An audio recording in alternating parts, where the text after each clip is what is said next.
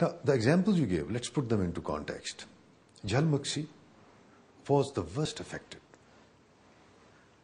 for one reason, that it got cut off from all sides, from the road transportation.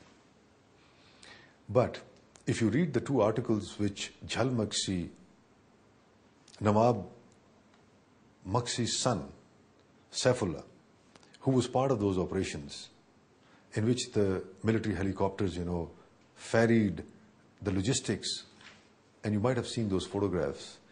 And another son is the Nazim of Tehsil Jhalmaxi, who happened to be in a debate with me in one of the programs.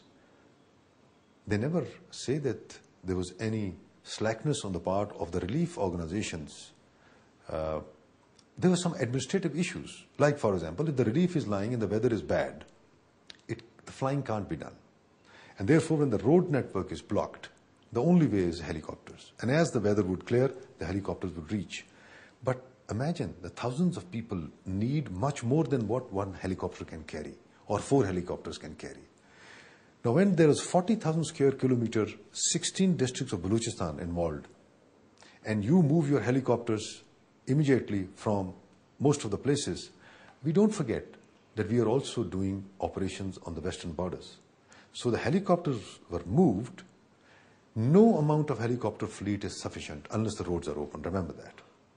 So although we moved a number of helicopters, and there were over about 40 which were involved eventually, but it took a while. And the weather was bad in the first 10 days, if you recollect. Now we come to Turbat.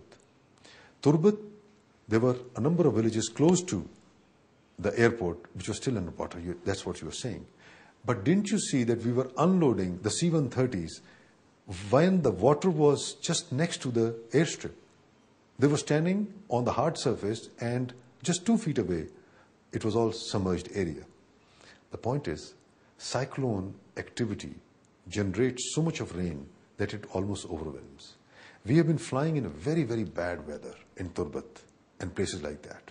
And mind you, Turbat eventually has the credit of being delivered the most in terms of everything. And also, keep in mind that this road which links Turbat with Karachi and other places had from 11 places been washed away. So we used naval ships. We used not only army aviation, but hats off to C-130s, which flew in over 119 sorties. And out of these, 44 were dispatched to Turbat. But I take this point, when the calamities of that nature, you cannot reach all the places simultaneously. There will always be people who will be unsatisfied and not served as well as you would like to. So, what is the point of having NDMA? Because having provincial disaster management authorities, we're going to have the same problem, that they wouldn't be able to reach everywhere and in time. So what is the point of having NDMA if we're going to have... That's a good question. There are efforts at various levels which are generated. One is the local effort at the district government level. That's why you have District Disaster Management Authority as per law. It's headed by the Nazim, who is a political leader. Now, who supports the district? It is a province. So once a second effort is to be generated or reinforce the effort of a district, the provincial authorities get involved. So within the province, there is a department of the Provincial Disaster Management Authority. What about that effort which needs to be generated from the national assets or from the international community? Who's to control and coordinate all this? So therefore, there is a requirement of a National Disaster Management Authority. Now this, you are looking at it from a narrower perspective, only relief. NDMA has a far greater scope. What is that?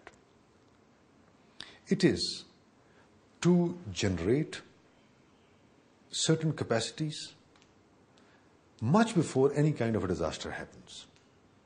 May it be awareness, may it be the government departments' capacities to handle their own affairs, preparations of disaster management plans right at the district level, provincial levels, tying them up all the way up to the national level, or even developing the backbone of communication infrastructure which we are now trying to develop and linking up all these entities into one chain. Now remember, NDMA is not only floods or earthquake. NDMA is supposed to be responsible to the political leadership and to the nation for managing all kinds of human-induced and man-made, human-induced and natural disasters. Therefore, from drought to avian flu, to a glacial lake burst, to floods, to earthquake, to chemical disaster, or an accident in a hospital where the radiological leak takes place because there are certain machines which carry radioactive material. It is NDMA which is supposed to be responsible. So will we see NDMA coming into action if there is a fire crisis in the country? I hope so, not too often.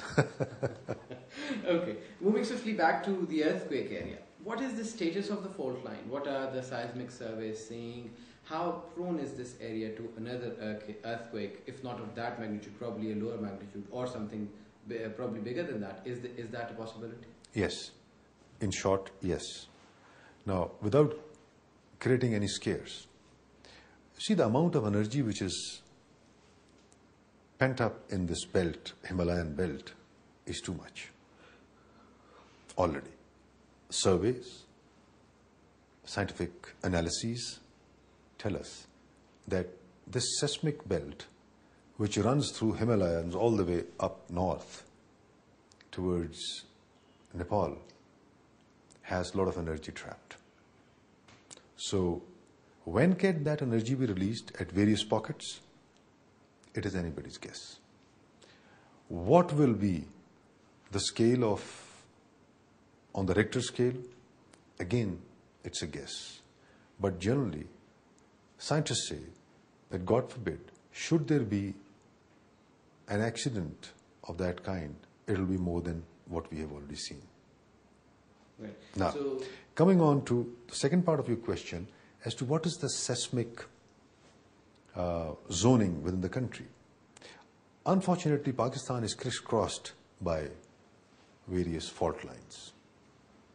And from Balochistan to any part of the country, there is one kind of another fault line which is crossing. So we are in a seismic active zone. We need to have certain measures taken, and those measures are that the approved building codes must be followed. So there is a responsibility. Now, you will ask, what did NDMA do to ensure that the buildings are made according to certain codes? Look, NDMA can only tell people, these are the building codes already approved by the government, make the buildings according to these. It's the city governments. How is the NDMA telling the people? How? How is the NDMA telling the people? Okay. Creating awareness. You are going to hold an awareness day very soon. Yes. This is one way. We have just started. Look, as I was telling you, we just began to breathe when we got involved into the flood relief operations. And now we are getting into a second phase of reconstruction of these areas. I'm talking the flood affected areas. So we were just about to start crawling and breathing when we got overwhelmed by this activity. However, how this will be done? There is an elaborate program over a 5 years period, which we have already developed. And we have picked up 50 districts, which are more hazard prone as compared to others, where certain programs are going to be launched.